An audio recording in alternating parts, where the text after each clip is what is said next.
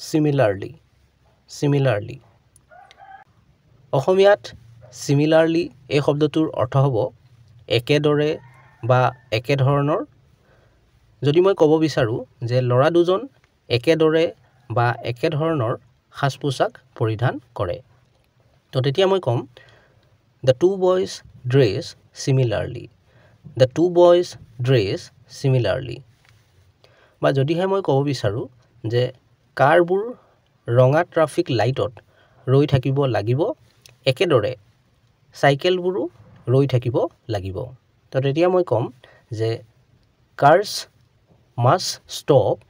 at red traffic lights similarly bicycles have to stop too cars must stop at red traffic lights similarly bicycles have to stop too চেনেলটো subscribe কৰি লবা কাৰণ এনে ধৰণৰ ভিডিঅ'বোৰ ইয়াতে পাই থাকিবা